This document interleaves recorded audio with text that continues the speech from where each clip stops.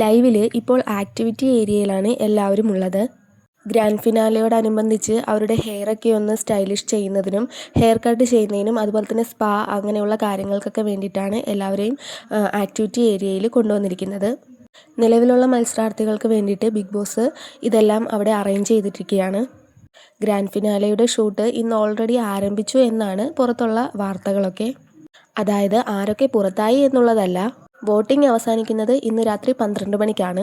അപ്പോൾ ആരൊക്കെ പുറത്തായി, റണ്ണറപ്പായി, വിജയിയായി എന്നതൊക്കെ തീരുമാനിക്കുന്ന ഷൂട്ട് നാളെയാണ് നടക്കാൻ പോകുന്നത്.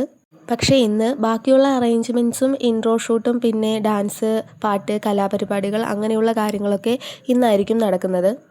ഇതിൻ്റെ സത്യാവസ്ഥ എന്തെന്നറിയില്ല. ഇതൊക്കെ വെറും റൂമറുകൾ മാത്രമാണ്.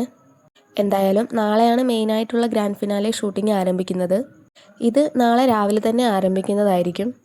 ആരൊക്കെ ഏതൊക്കെ പൊസിഷനിലെത്തി, ആരാണ് വിജയിയാകാൻ പോകുന്നത് എന്നുള്ള കാര്യങ്ങളൊക്കെ നാളെയാണ് നമ്മൾക്ക് അറിയാനായിട്ട് സാധിക്കുക.